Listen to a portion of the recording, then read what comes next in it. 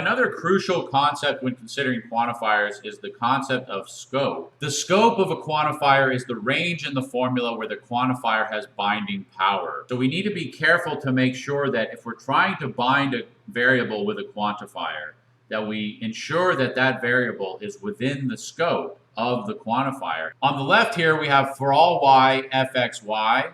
Y is here properly bound by the universal quantifier. That is to say, this y falls within the scope of the universal quantifier. Now, if we were to conjoin that with py, this second occurrence of y falls outside the scope of the universal quantifier. So quantifiers bind to the nearest atomic formula, and then their scope ends. So if we wanted to bind both of these occurrences of y with this one universal quantifier, we need to use the parentheses to show that the scope of this quantifier extends out to this second occurrence of y. So parentheses are extremely important in this context.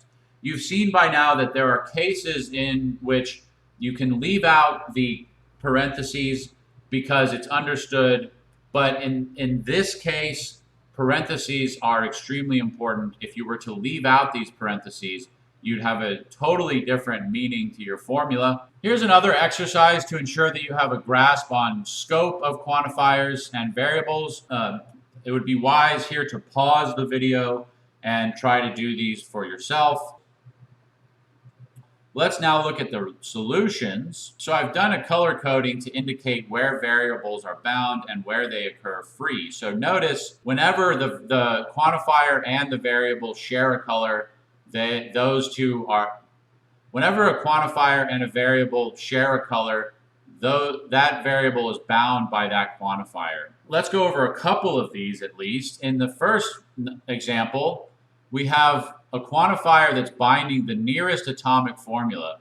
But notice the second occurrence of y is free. It is not bound by this universal quantifier.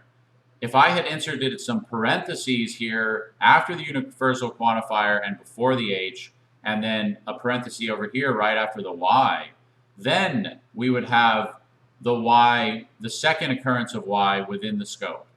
But as it stands, this second occurrence of y is free. The other important thing to notice about number one here is that we have two existential quantifiers, each with the same variable. But because of the scope distinctions, we know that a quantifier binds only the nearest atomic formula unless you use parentheses to indicate otherwise. So this first occurrence of the existential quantifier with z binds only this first occurrence of z. Then this second occurrence of z is outside of the scope of that original quantifier. It's bound by this separate existential quantifier here. This second example shows that the parentheses convention, notice all the way out here to the left we have an existential quantifier binding w's, and the w all the way over here is bound by that because I have the parentheses. If I left out the parentheses, then this w would be free because quantifiers bind only the nearest atomic formula unless you use the parentheses to indicate otherwise. Similarly, here we have a free variable y. Even though there's a quantifier corresponding to y all the way over here, we don't have the parentheses set up in order to bind y in this scope of this universal. Notice that none of these free variables are problematic in the sense that these are perfectly well-formed formulas. It's just that you want to know where the scope of the quantifier begins and ends. Let's look at another tricky case of translation. Number one says, Saul visits Paris, which Saul likes. This clause after the comma is called a relative clause because its meaning is relative to the beginning of the sentence. If we didn't know the beginning of this sentence, we just had which Saul likes, we'd have no idea what's going on with that. But in conjunction with this beginning of the sentence, we know that what this means is that Saul likes Paris. So here's how we would translate a relative clause. We simply use a conjunction and add the relative clause after the conjunction. So we have Saul visits Paris here, and Saul likes Paris. Here's another example of a relative clause. Bill owns a plant, and then we have that he waters. So this that he waters is a relative clause because it refers back to this original clause. It's the plant that Bill is watering. So the meaning of this latter half of the sentence is relative to the meaning of this first half of the sentence. So how are we going to translate that? Here it is. We're going to say there is a Y such that Bill owns Y, and Y is a plant, and Bill waters Y. So these are pretty tricky, right? Because the fact that these were relations wasn't entirely clear in the grammatical form of this sentence. So the logical form of this sentence and the grammatical form come apart. And that's going to happen a lot in predicate logic. But there's philosophical reasons for that. We don't need to get into those here. The point is, whenever you translate a relative clause, like something following which, that, who, or whom, use a conjunction. So relative clauses in a sentence indicate to you that you're going to need to conjoin some atomic formulas together.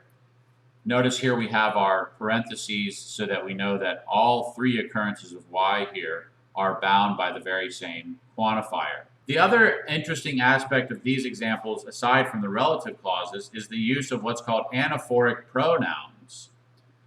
Notice this word he in the relative clause refers back to Bill at the beginning of the sentence. That's called an anaphora, this referring back. So in our predicate language, we don't want to use pronouns. We're just going to repeat the name of the thing that the pronoun is anaphorically referring back to. And that's, in this case, it's Bill. So we want to just repeat the name Bill. So strictly speaking, in our predicate logic, we don't really have pronouns. We just have individual constants. So the general idea here is, in any case, translate anaphoric pronouns like he, him, or her that refer back to a proper noun by repeating the proper noun in your translation. So that's it, folks. Today we completed our consideration of the syntax of predicate logic. We defined our well-formed formulas. All of the well-formed formulas fall out of that definition. And we considered some tricky translations, including multiple quantifiers, quantifier scope distinctions, relative clauses, and anaphoric pronouns. Notice how much richer predicate logic is than propositional logic, how much more of the phenomena of natural language this is able to capture.